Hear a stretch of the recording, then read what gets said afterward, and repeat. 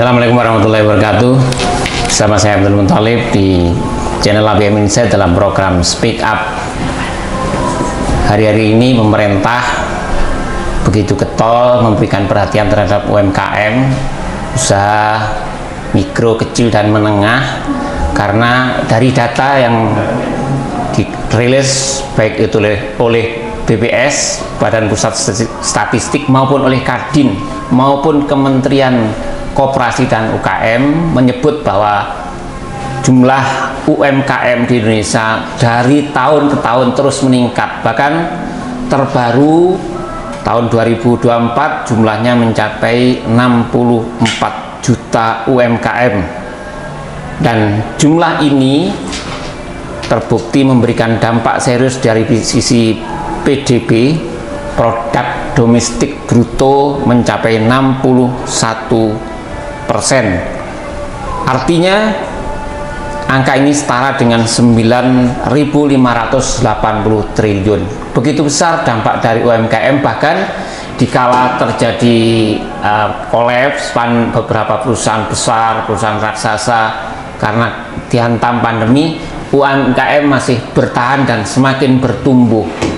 Yang menggembirakan, jumlah tenaga kerja yang diserap oleh UMKM itu mencapai 17 juta lebih, tepatnya 117 juta. Ini mengalahkan jumlah perusahaan-perusahaan besar yang mempekerjakan karyawan juga. Namun pertanyaannya adalah, sudahkah UMKM di Indonesia ini benar-benar merasakan efek ekonomi yang bagus atau belum?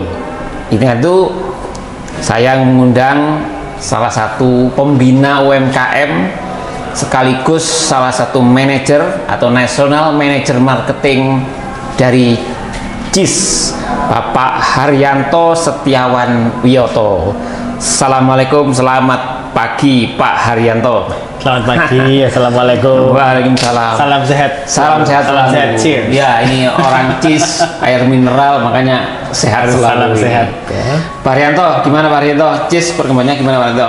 Baik, alhamdulillah. Yang kita berkembang seiring dengan perkembangan UMKM pastinya. Ya, ya, tapi kita tidak ngomong spesifik CIS ya. Nanti dikira promo CIS serius, tapi kita lebih ngomong tentang UMKM. Ya. Pak Haryanto ini kan sudah banyak membina atau mendampingi UMKM ya di berbagai kota. Nah, seperti apa sebenarnya kondisi real UMKM itu, baik dari bidang yang sering dibina itu UMKM bidang apa? Karena ada fashion, ada kuliner, ada apa yang banyak dibina? Ya, pastinya UMKM yang membutuhkan air ya Pak Tolib. Oke, ya. Siapakah itu? Pastinya semuanya. Semuanya. Tapi tentu kebanyakan memang dari beberapa UMKM, beberapa bidang bisnis yang digeluti memang kebanyakan dari UMKM makanan minuman. Walaupun tidak menutup di bidang tekstil, fashion maksudnya, kemudian juga di bidang yang lain juga saya rasa tidak menutup kemungkinan ya. Mungkin bukan dari sisi pemilihan jenis UMKM-nya kalau saya lihat, tapi memang kenyataannya bisa kita lihat bahwa kebanyakan memang UMKM itu bergerak di bisnis makanan minuman ya. Karena mungkin kan didominasi oleh para kaum ibu-ibu, atau mungkin sekarang lagi populer istilahnya mak-mak. Jadi mereka kan di rumah sementara suaminya mungkin bekerja, atau mungkin bahkan yang mungkin sudah single parent ya. Jadi mau nggak mau kan skill yang mereka punya mungkin kebanyakan mengolah makanan dan minuman. Jadi kebetulan mungkin seperti itu. Jadi sehingga kebanyakan memang kategori UMKM yang di Indonesia itu adalah dari segi dari bidang usaha makanan minuman. Ya, kondisi real UMKM bidang apapun lah ini di Indonesia itu sebenarnya seperti apa? Apa benarkah mereka benar-benar survive, atau ya asal ada, atau bagaimana sih sebenarnya yang dirasakan selama ini oleh Pak Haryanto? Iya. Jadi menurut saya ini dari sisi kita sebagai, terutama saya ya, dari sisi sebagai National Marketing Manager Cheers Alkaline Healthy Water, kalau menyebutkan lengkap Pak Tolib ya, Cheers Alkaline Healthy Water. Karena kita bergerak di air mineral kesehatan ber-pH tinggi ya. Kalau dari saya keliling se-Indonesia ya untuk melihat bagaimana para UMKM ini bergerak di segala bidang, di segala provinsi, segala daerah, itu saya lihat memang apa istilahnya, prospeknya sangat positif pertama. Jadi para UMKM ini sekarang semakin banyak dari segi kuantitas, tapi tidak hanya dari sisi kuantitas tapi juga kualitas. Jadi dari sisi kualitas ini kita lihat banyak sekali UMKM yang sekarang berhasil, malah cenderung istilahnya mereka menjadi pemain nasional ya. Kalau kita mau pemain apa ya, provinsi lah minimal ya.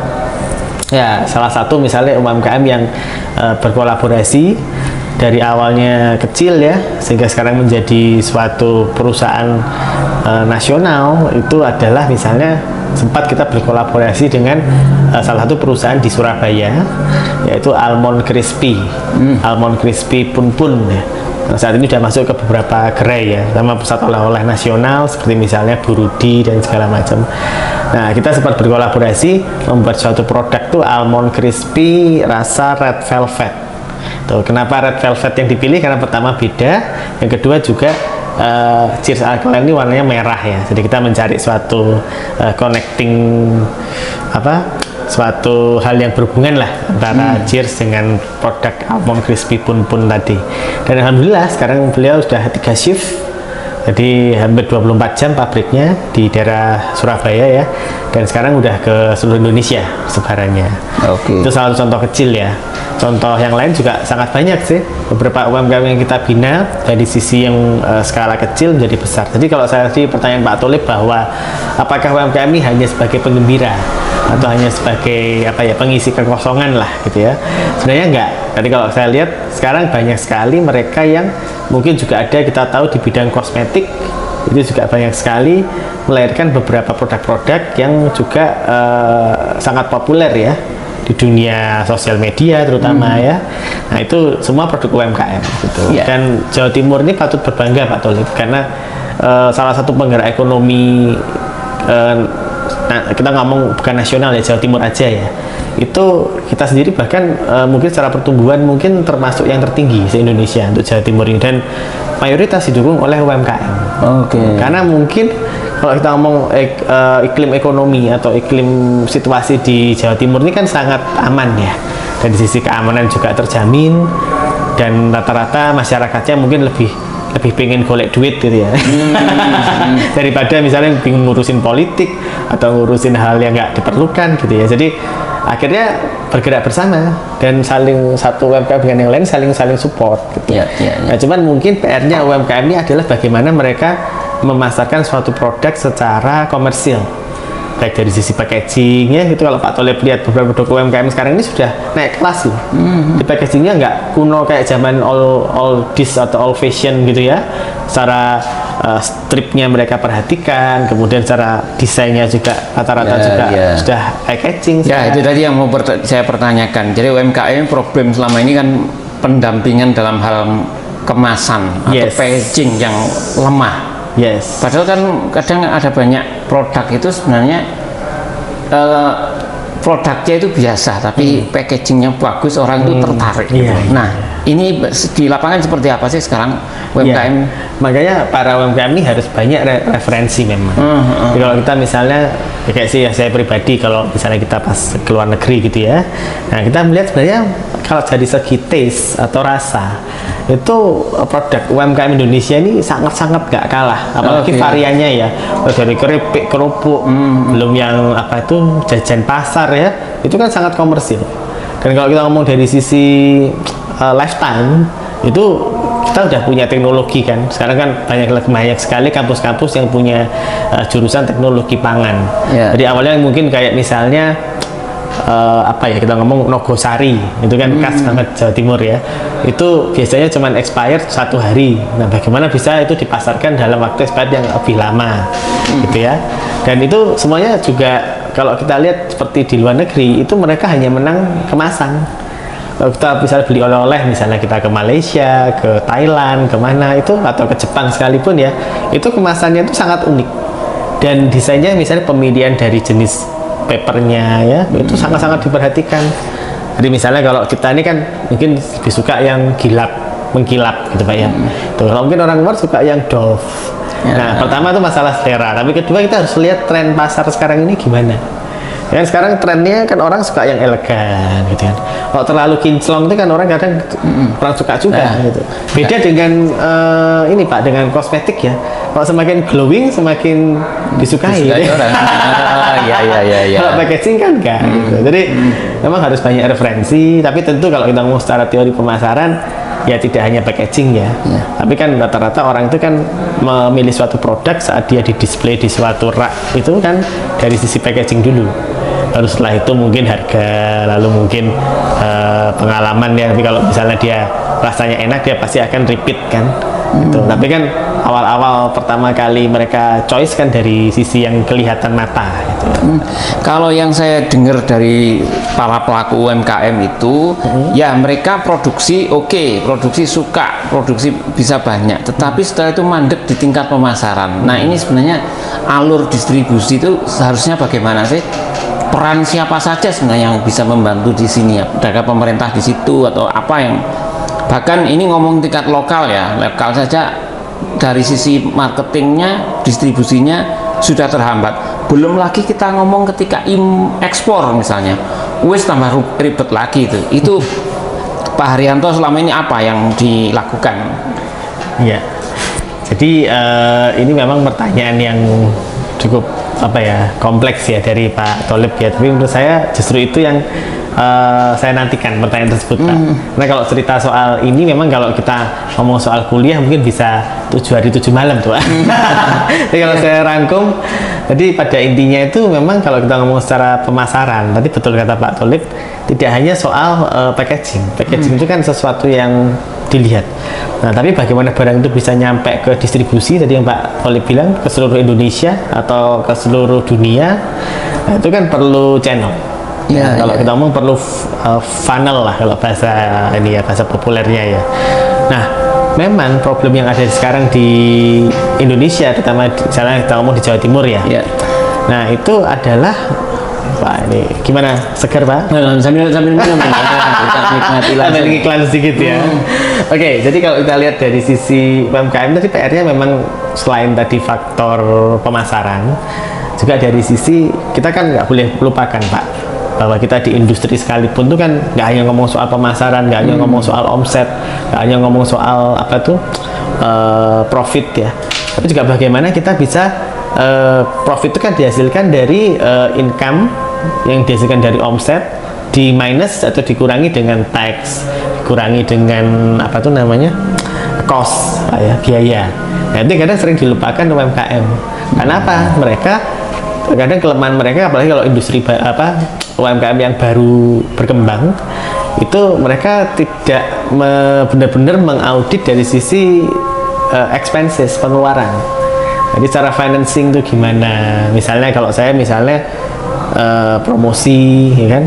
Nah itu kita kan juga harus menghitung berapa sih. Kita kalau misalnya mengirim barang, mengirim snack kasarannya ya ke suatu pelanggan, wah ini kayaknya seneng banget nih baru dapat order dari Papua misalnya.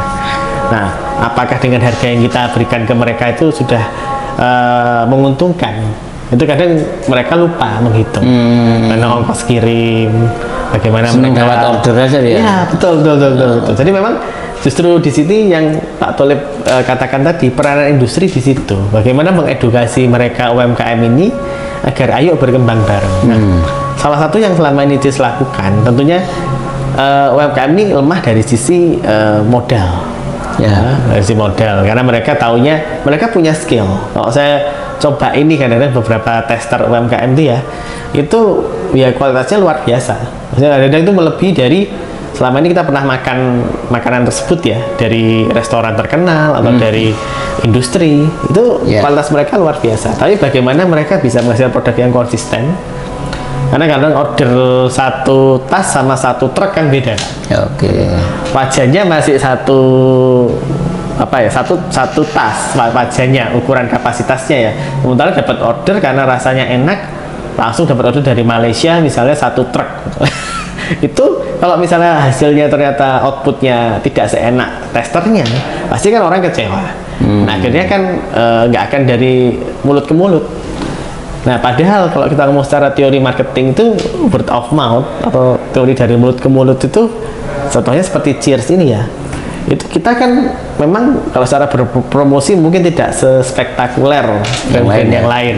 Tapi bagaimana word of mouth ini bekerja dari para UMKM yang kita bina, dari rekanan media seperti Siarindo pastinya ya, dan juga dari rekanan-rekanan instansi baik itu pemerintah maupun swasta yang puas dengan servis dan juga produk Cheers, pasti itu kan akan menularkan. Ya, jangan sampai word of mouth yang negatif pastinya kan, karena satu word of mouth yang negatif itu pasti akan menghilangkan peluang order puluhan bahkan ratusan daripada word of mouth yang positif. Karena kan kalau sesuatu yang jelek tuh kita menceritakan ke orang tuh lebih gampang, lebih-lebihkan ya, daripada sesuatu yang bagus gitu ya, kan. ya. Kalau sesuatu yang bagus misalnya kadang ada beberapa orang tertentu yang ketakutan, nanti ini supplier saya diambil nih sama orang lain kan gitu. Kalau negatif jelek-jelekin orang biasanya orang kalau ya ini bukan mau mendiskreditkan ya, tapi kalau ada isu atau ada mungkin kalau zaman dulu itu idiomnya kalau emak-emak itu suka gibah biasanya gitu kan, tapi sekarang kan enggak ya, justru adanya mereka sebagai UMKM itu justru mereka mengurangi hal seperti itu Pak. Jadi lebih produktif, mereka menghasilkan waktunya tersita untuk ini produksi. Dan itu kan suatu, kalau kita ngomong itu perputaran ekonomi yang sangat positif, karena pada saat mereka mengembangkan usaha itu nggak hanya mereka menghasilkan pendapat untuk keluarganya mereka saja, tapi untuk karyawan yang mereka hire. Ya, Bapak bisa bayangkan kan, kita lihat kemarin secara ekonomi kalangan menengah kan banyak yang menurun ya kondisi ekonominya. Nah itu kan rata-rata yang kebanyakan karena korban PHK. Oke. Nah, kenapa kita misalnya nggak mengembangkan UMKM yang itu sudah bisa membuka peluang tenaga kerja walaupun tidak sebanyak industri. Ya tuh. Jadi makanya tadi saya bilang kalau kita ngomongin soal teori pemasaran itu memang bisa kuliah 7 hari 7 malam tuh Pak. Panjang sekali. Iya, panjang sekali. Problem yang selama ini dialami oleh UMKM lagi kaitannya dengan tidak semua orang itu bisa menerima teknologi. Artinya begini, bahkan banyak yang menolak digitalisasi.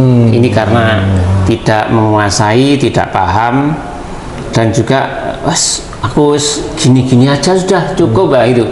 Ini di lapangan seperti apa Pak Haryanto? Ada nggak mengalami atau menemui orang-orang kayak begitu ya di UMKM ini? Dia nggak usah gini, cukup gini aja itu. Banyak ya. Itu karena faktor apa biasanya? Ya jadi ini perlunya, makanya ini media Siarindo Media ini memang luar biasa ya, mengedukasi masyarakat untuk bagaimana terutama UMKM ini harus nonton nih ya, karena kan rata-rata seperti itu Pak Tolib. Jadi kemarin saya barusan dengar juga dari salah seorang pejabat atau mantan pejabat ya, yang menyebutkan bahwa sekarang di pasar tradisional atau pasar rakyat sekalipun itu kan banyak pedagang. Itu sekarang harus nggak boleh kalah dengan para penjual online. Pak Tolib bisa bayangkan sekarang kalau kita beli jeruk, beli sayur itu bisa loh secara online. Dan sekarang para ibu-ibu itu semakin malas kalau belanja ke pasar. Jadi beli lewat online. Padahal kalau zaman dulu kalau produk fresh seperti itu kan orang kadang tidak terlalu memungkinkan ya untuk beli di online ya. Ternyata bisa. Jadi saya juga cukup surprise ada mantan pejabat atau pejabat yang mengatakan bahwa para pedagang di pasar ini sekarang harus juga belajar digital. Kalau bisa jual tomat, jual bawang, berambang itu pakai online. Mungkin nanti kita nemukan suatu saat di pasar tradisional tuh ibu-ibu pada pasang ini ya, kamera ya.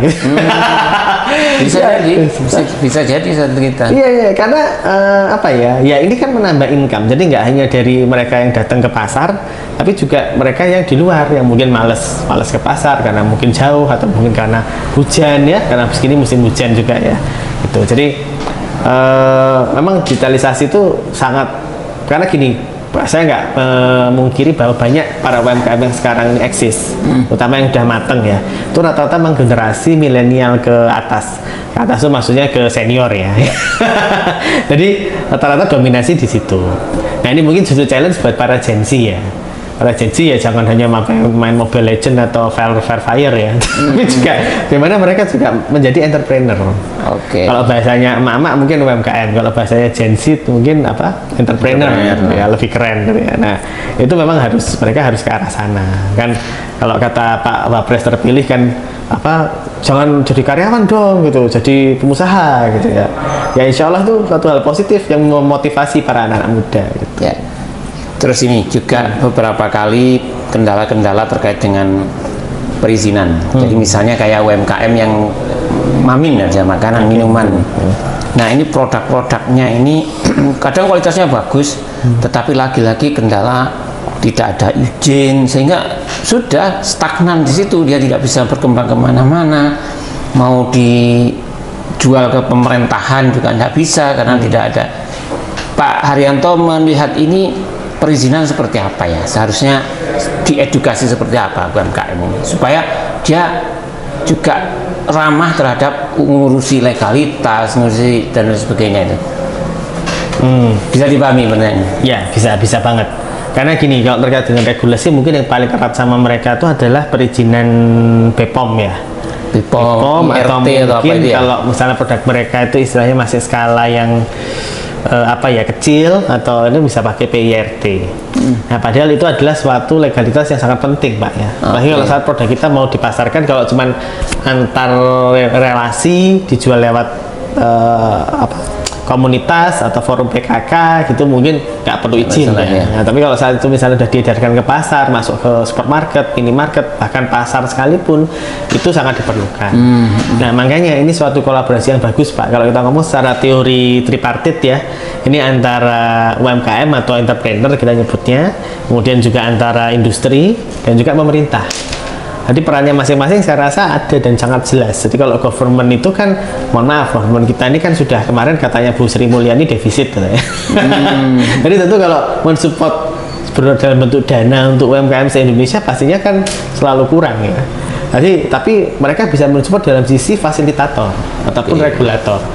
Nah, kolaborasi yang sering kita kolaborasikan dengan para UMKM adalah bagaimana mensinergikan mereka dengan pemerintah dengan adanya workshop-workshop. Baik itu pelatihan mengenai bagaimana secara finance tadi, bagaimana mereka bisa mengaudit sendiri bisnis mereka, kemudian yang kedua dari sisi promosi. Tapi mungkin kalau promosi lebih canggih swasta Pak ya daripada pemerintah ya. Tapi mungkin oke lah karena pemerintah terus ada inovasi ya dari sisi dinas pariwisata dan segala macam. Dan dari sisi government. Nah dari sisi industri tadi saya sebutkan sama Pak Tholib, karena UMKM ini kan padat karya, bukan padat modal. Karena kalau di industri pasti padat modal kan, karena mereka harus punya modal untuk investasi dan segala macam. Nah, bagaimana mensinergikan? Misal dalam hal promosi, UMKM ini beberapa komunitas yang loyal dengan Cheers pastinya, itu mereka bisa kita support dalam bentuk peminjaman tenda, pembuatan banner, maupun juga support dalam bentuk hal yang lain, kulkas, dispenser, bahkan untuk beberapa usaha mereka seperti kadang-kadang mereka juga jualan makanan, juga buka kafe. Itu beberapa properti brandingan yang diperlukan mereka juga kita bantu. Kadang-kadang mereka kan kalau buka kafe nggak hanya sedia meja kursi Pak, bagaimana mereka menyediakan tempat tisu, nomor meja, bahkan buku menu pun kita juga sediakan untuk mereka, dan semuanya itu gratis ya. Nah tadi itu kan suatu pengeluaran atau cost yang mereka bisa saving, nah, sehingga mereka bisa pakai untuk hal yang lebih produktif, misalnya untuk ngurus perizinan, pastinya kan bukan bidang Cheers ya di situ ya, ataupun untuk memperbesar usaha mereka. Nah itu bisa mereka lakukan di situ. Nah bagusnya Cheers ini adalah perusahaan memang asli Jawa Timur yang juga sudah menasional, dan kita juga menganggap UMKM itu partner Pak, bukan konsumen. Kalau konsumen kan ya Anda butuh silahkan beli, selesai. Bagi produsen ya dia hanya ngejar profit, bagi UMKM mereka hanya diposisikan sebagai sapi perah.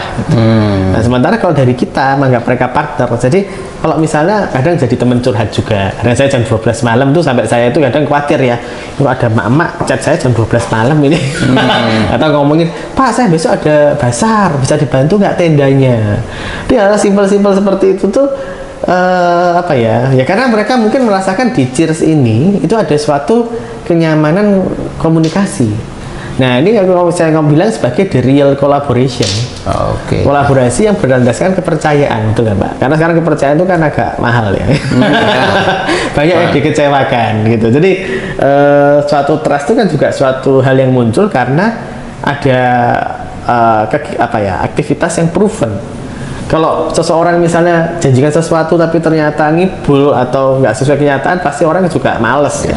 Kan ada kepercayaan tuh. Nah, itu yang Cheers coba bangun di sini. Mungkin kita nggak bombastis beberapa brand lain ya. Tapi kita dengan partner itu memang kita akan membangun loyalitas dan trust lah satu sama yang lain. Selaku pembina UMKM, Pak Radyo, apa masukan untuk UMKM dan apa masukan untuk pemerintah supaya seiring berjalan bisa berkembang bareng? Karena tadi datanya menyebut bahwa UMKM ini telah menyumbang sangat besar bagi PDB dan juga meningkatkan kesejahteraan banyak orang juga.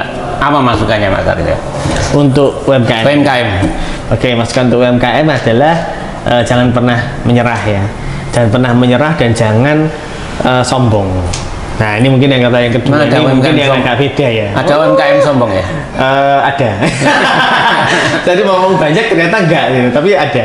Jadi ini maksudnya jangan menyerah tuh gini. Kadang kita enggak Cheers pun sekalipun juga merasakan hal yang sama, Pak. Bayangin, kita ini suatu produk asli Jawa Timur, lokal brand ya, yang bersaing dengan produk yang gajah-gajah lah.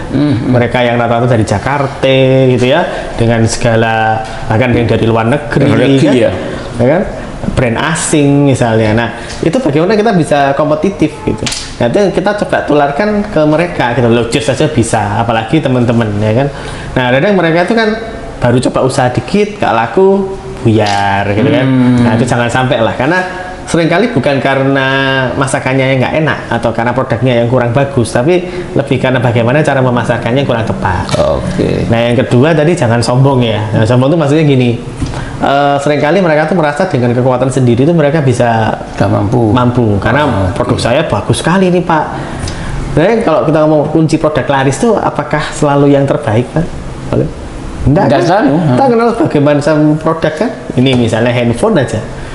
Kita selalu dinabubukan dengan suatu merek tertentu yang sebenarnya kenyataannya speknya kalah jauh dibanding brand lain yang mungkin lebih bagus spesifikasinya ya. Tapi karena ada suatu kepercayaan, kenapa kita beli merek itu?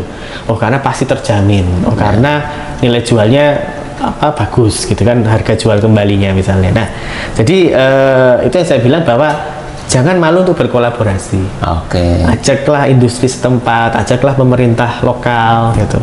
Dan ya memang tidak mudah mengajak industri, Pak. Dan memang salah satunya Cheers ini memang saya bilang suatu pabrik air minum yang sangat rendah hati. Bahkan kita sekalipun tuh sangat membuka diri untuk teman-teman kalau mau ngecek nih ke pabrik kita ya di Pandaan, Jawa Timur, silahkan. Satu-satunya pabrik air minum yang open untuk industrial visit di Pandaan hanya Cheers. Itu bisa dipegang kata-kata saya itu. Jadi ya kita sangat open ya untuk semuanya. Jadi baik untuk kerjasama, collaboration, dan mungkin boleh nih di akhir saya sebutkan center kita ya. Sama lagi masukan untuk pemerintah juga belum nih? Waduh, berat ini, Pak. Tapi nggak apa-apa karena memang kita punya banyak rekanan pemerintah ya. Jadi harapan saya dengan para rekan pemerintah tentunya sudah merasakan bagaimana ekonomi yang selama ini kita kemarin ketahanan dari pandemi ya, itu banyak sekali didukung oleh UMKM saat pabrik-pabrik pada pingsan, nyungsep, tutup gitu ya. Para UMKM ini masih bertahan karena mereka kan dari sisi ekonomi sangat efisien sekali ya. Nah, harapan saya pemerintah juga terus memperhatikan karena terutama dipermudah dari sisi regulasi, perizinan, kemudian berikanlah fasilitasi berupa workshop pelatihan yang cukup banyak dan variatif. Dan mungkin mohon maaf, mungkin beberapa pelatihan mungkin membosankan ya. Nah, mungkin itu perlunya mungkin pemerintah menggandeng industri seperti kami ataupun dengan para influencer. Ngomong-ngomong, Pak, soal industri seperti kami pun ini punya banyak influencer. Oh gitu ya? Ya, kami berkolaborasi dengan berbagai komunitas mulai dari IWAPI. Halo Bunita, Ketua Umum IWAPI Nasional ya. IWAPI Ikatan Wanita Pengusaha Indonesia. Oke. Dengan PP LIPI sekalipun, dengan Rotary Club. Rotary ya. Praga Indonesia ya, dengan Yayasan Top Model, kemudian juga dengan Misty Nature, kemudian juga apalagi ya, cukup banyak ICA, Indonesian Chef Association. Kalau misalnya perlu cooking class ya segala macam. Dan itu pun kita juga banyak menggandeng brand-brand ternama. Baik itu dari sisi, kalau saya sebutkan mungkin nggak cukup dan nanti saya diiri sama brand yang lain gitu. Tapi intinya justru dengan adanya Cheers ini di produsen air minum itu kan sangat fluid ya, sangat cair. Jadi kita pun bisa mengajak nih rekanan misalnya nih pabrik mie. Ya, pabrik mie tahu lah ya kan banyak. Nah, itu kita bisa gandeng untuk gimana nih kita bikin acara cooking class bareng, melatih para emak-emak ini bikin suatu snack atau masakan yang sehat dan apa tuh dan sangat komersil. Dengan kan selama ini mereka bisanya masak tapi kan nggak pernah dapat referensi, Pak. Bumbunya harus ini atau segala macam. Nah, itu sangat bisa berkolaborasi. Jadi itu yang saya bilang bahwa dengan adanya Cheers ini sebagai satu penopang UMKM yang sangat fluid, yang sangat cair ya. Jadi kita bisa membawa juga bala-bala kita untuk berkolaborasi. Dan ngomongin soal Cheers ini kan kita juga menyehatkan bangsa. Oke. Mau buktinya? Ya. Boleh saya demo di sini? Silakan. Silakan coba di demo. Ya, jadi kita gini ya guys ya. Ini saya ngomongnya guys jadi ya. Silakan ya. Jadi kenapa kita mau menyehatkan bangsa? Jadi kalau kita ngomong soal UMKM kan selain dia emak-emak ini harus profit, ya harus untung Pak ya. Kalau kita bisnis nggak untung ya ngapain gitu ya. Tapi juga harus sehat. Nah, nanti kalau misalnya berkolaborasi dengan Cheers, mereka mau insya Allah misalnya mau juga berjualan Cheers, mendampingi produk utama mereka, ya kita juga happy. Tapi kan tentu kalau namanya air minum kan namanya haus, kayak tadi Pak Tholib langsung minum ya, langsung dikonsumsi sendiri. Nah, kita ingin sedikit aja mensosialisasikan masalah kenapa kok Cheers ini ada bergerak di produsen air minum pH tinggi. Mungkin kalau saya boleh klaim sekarang paling terjangkau di Indonesia.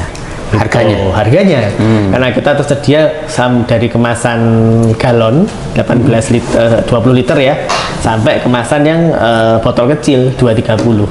Itu yang botol yang bisa dimasukkan saku ya. Nah, ini Cheers yang merah nih guys. Nah, saya ini mau mendemokan gini bahwa saat ini kan masyarakat ini kan banyak sekali mengkonsumsi sesuatu yang asam sifatnya. Pak Tholib sudah ngopi kah hari ini? Ngopi, ya kan? Sudah makan tapi? Sudah. Ya itu perlu. Kenapa? Karena kopi ini sifatnya asam, Pak. Nah, kadang kalau kita lupa makan, tapi karena ngantuk ya kita ngopi, itu resikonya sakit mah. Itu harus makan dulu ya. Nah, harus makan dulu. Saya pernah karena aktivitas kita padat ya, lalu kemudian di suatu rest area karena saya ngantuk dalam perjalanan kan nggak boleh ngantuk Pak ya, kita ngopi tapi lupa makan, akhirnya ya kumat ya gitu. Tapi karena minum Cheers alkaline jadi ya kita dampaknya nggak terlalu terasa lah, tapi ya kita harus atasi gitu. Kemudian daging Pak, nah saya yakin kalau Pak Tholib nggak akan minum bir ya. Tapi kalau daging pasti. Nah, sekarang ini kan anak-anak Indonesia terutama ini kan sangat susah sekali makan sayur dan buah karena rata-rata makanannya fast food semua. Nah, ini juga sifatnya asam Pak ya. Tuh. Nah, kemudian juga ada air jenis tertentu yang sifatnya asam. Nah, ini membuktikan bahwa tidak semua air itu sama. Nah, saat ini saya mau lakukan demo. Oh ya, kalau ini dari sisi asam ya, kemudian yang dari sisi basah Pak, yang warna hijau ke biru ya, kalau kita tetes dengan pH tester nanti kan akan berubah. Warna hijau ke biru itu dia sifatnya yang basah. Misalnya kayak buah ini salah satunya air lemon Pak Tholib. Nah, ini para mama UMKM ini kan kalau mau langsing kan biasanya minumnya air lemon.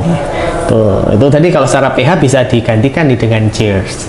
Kemudian ada brokoli dan lain-lain yang sifatnya tentu sehat ya Pak ya.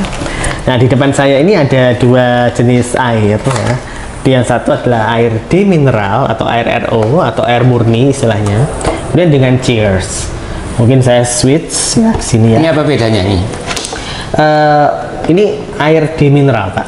Demineral. Ya, biasanya ciri khasnya itu dia rasanya agak sepet-sepet pahit gitu. Nah, itu. Kemudian ini adalah air Cheers pH tinggi ya, yang tutup botolnya merah. Nah, kita akan uji di sini kira-kira bagaimana pH-nya ya. Ini kosong ya Pak Tholib ya, buat supaya rekan-rekan UMKM juga tahu kosong. Kita tuang di sini. Yang demineral. Kadang-kadang kalau kita misalnya minum air itu kan kita taunya bening. Pak Tolib ya, gitu ya. Jadi kalau emak-emak ini saya tanya, airnya warna apa? Putih katanya. Yang kedua bening.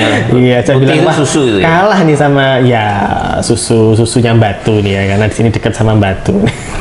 Oke, nah saat kita sebagai konsumen pasti taunya air itu sama karena sama-sama bening, betul ya Pak Tolib ya. Walaupun dari sisi rasa kita bisa membedakan. Nah, ini di depan saya ada pH tester ini ya. Teman-teman bisa zoom sendiri ini ya pH tester. Nah, dari air yang sama-sama bening ini, seperti yang teman-teman lihat, ini kan ada pH chart namanya ya, yang teman-teman juga bisa download di internet atau mbah Google ya. Dimana kalau dia asam tuh warnanya akan kuning ke orange ya. Kita akan lihat. Kita coba dari yang air demineral dulu atau air murni ya. Teman-teman bisa beli pH testernya gampang di apotek ya, itu juga banyak dan harganya juga nggak mahal. Nah, kita akan cek di sini. Saya aduk supaya warnanya merata. Berubah ya warnanya. Ya. Jadi kalau untuk air demineral ini dia warnanya cenderung kuning ke orange karena memang pH-nya asam ya. Nah, kalau misalnya kita punya risiko sakit lambung ya, nah, itu juga bisa apa istilahnya ya, mengarah ke sana gitu. Nah, sementara kalau kita misalnya pH tinggi, nah kita lihat Cheers ini pH-nya antara 9 ya Pak Tolib ya. Nah, itu. Ini setara buah dan sayur. Dimana fungsinya air pH tinggi ini adalah bisa untuk mencegah kanker ya, para ibu-ibu semuanya, mencegah kanker. Dan kalau para mama ini biasanya kan udah rentan tulang keropos, osteoporosis. Nah, Cheers ini masih dia mengandung mineral. Jadi kalsiumnya bagus untuk tulang, ada zat besi untuk darah, dan juga ada natrium untuk otak ya. Jadi kandungan mineralnya itu terutama untuk anak-anak yang dalam masa pertumbuhan itu masih diperlukan Pak Tolib. Kemudian tadi yang saya bilang di awal bisa untuk mencegah sakit mah ya, dan juga tentunya meningkatkan imun. Jadi sehingga kadang-kadang kalau seperti yang dirasakan mungkin Pak Tolib sudah konsumsi Cheers sudah cukup lama ya Pak Tolib ya. Apa yang dirasakan mungkin Pak Tolib ya selama mengkonsumsi Cheers? Ya saya kira yang seger pastilah ya, seger pasti, seger pastilah, seger pasti. Kemudian rata-rata sih nggak gampang sakit dan kita juga aktivitas juga gampang capek. Oke. Seperti saya yang mungkin mobilitasnya luar biasa, harus minum Cheers merah ya. Ya Pak Arianto.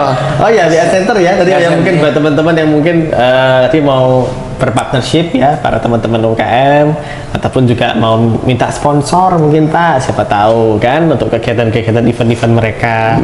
Kemudian juga untuk mungkin menjadi reseller atau bahkan mengkonsumsi menjadi pelanggan Cheers ya, bisa hubungi WA Center.